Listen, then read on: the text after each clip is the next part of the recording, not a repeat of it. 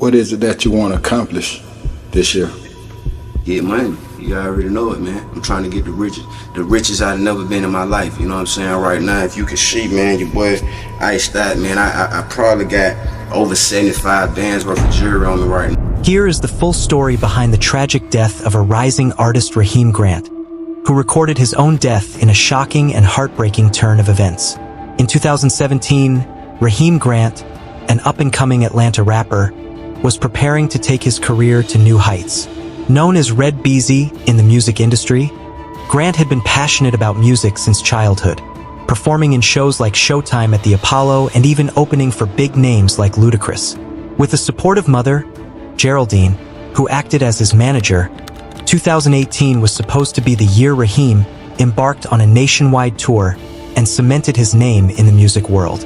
Unfortunately, his life took a dark turn when he was brutally murdered in his own home, in a tragic series of events that he unknowingly recorded on his phone. Rahim's personal life had its own complexities. He lived in a gated community in Riverdale, Georgia, with Sierra Harp, the mother of his 3-year-old daughter, Angel. Though they were not in a committed relationship, the two had decided to co-parent their child together. Rahim, known for speaking out against violence in the rap industry, wasn't someone who aligned himself with the stereotypical image of aggression or gang activity. He was focused on his music career and his role as a father. Sierra Harp, on the other hand, was a local marketer who worked in bars and clubs. The two had met when Rahim was performing at one of the venues where Sierra was looking for a job. Their relationship started casually but became more complicated when Sierra got pregnant. Though not romantically involved, they decided to raise their child together. However, Rahim wasn't listed on Angel's birth certificate, and he didn't have legal custody of his daughter, which became a point of tension in the background of their co-parenting arrangement. On December 29, 2017, Rahim's worst fears were realized. Days before his death, Rahim had confided in his mother that he feared he wouldn't make it to age 30. On that fateful night, the Riverdale police were called to Rahim's home after Sierra showed up at a neighbor's house covered in blood and holding Angel. She was hysterical, screaming, and barely coherent, claiming that Rahim had attacked her. When the police arrived at the house, expecting to arrest Rahim, they instead found him dead, lying face down between the bedroom and the bathroom, with multiple gunshot wounds to his body and head. Initially, Sierra painted herself as the victim of an abusive partner. She claimed Rahim had been drinking heavily and was on Xanax, which made him violent. According to Sierra, a heated argument broke out, during which Rahim grabbed a knife and attacked her. Fearing for her life, she said she grabbed a firearm and shot him in self-defense. Her story, though chaotic, seemed believable at first, given her own injuries and frantic state. Investigators found a knife on the floor of the home, and a gun was later located in the neighbor's house. The firearm was registered to someone in Rahim's family, further complicating the narrative. However, Rahim's mother, Geraldine, insisted her son wasn't a violent man. She believed Sierra had been obsessed with Rahim, going so far as to say that Sierra had gotten pregnant to secure a place in his life and his growing success. While this theory initially seemed biased, given Geraldine's love for her son, things took a dramatic turn when Geraldine revealed a key piece of advice she had given Rahim before his death: always keep his phone nearby and record if he ever felt in danger. This piece of advice proved crucial when investigators unlocked Rahim's phone and discovered a chilling set of recordings. The footage, captured just moments before Rahim's death, showed him in the bathroom with his face covered in blood. In the video, he said that Sierra had attacked him, expressing disbelief and immense pain. Moments later, the video captured the first gunshot as Sierra fired at Rahim. Despite being severely injured, Rahim managed to drop the phone, which continued recording. The phone captured Sierra's cold, calculated behavior as she walked into the room, taunting Rahim.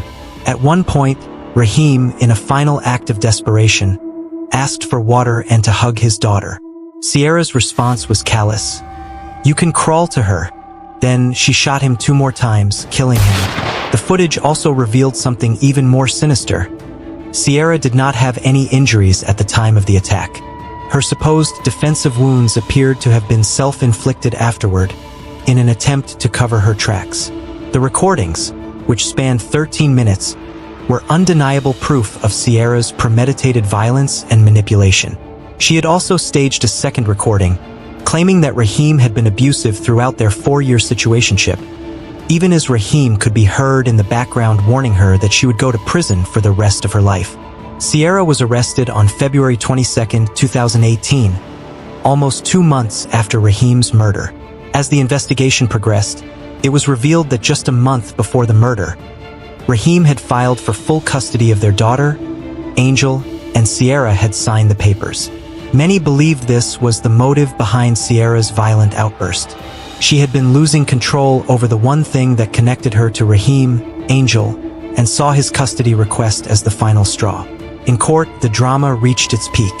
Sierra's own mother testified against her, calling her daughter evil and manipulative.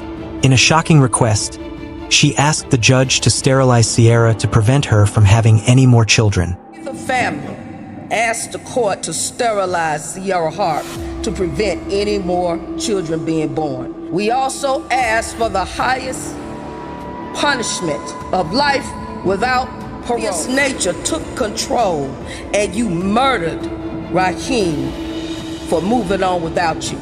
You repeatedly hurt the family, our family, and all the people who ever tried to help. Both Rahim's and Sierra's mothers expressed their disbelief and disgust over her actions, particularly the fact that Sierra had murdered Rahim in front of their daughter. Wherever you went, chaos and trouble were sure to follow. Sierra's defense tried to maintain the self-defense narrative, but the video evidence was too damning. Her cold, calculated behavior in the recordings and her lack of remorse made it clear this was not an act of desperation, but rather one of pure malice.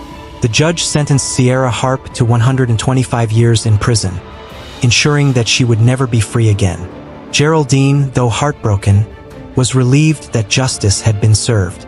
She reflected on the senseless violence that took her son's life and expressed sorrow for her granddaughter, Angel, who had witnessed the entire event.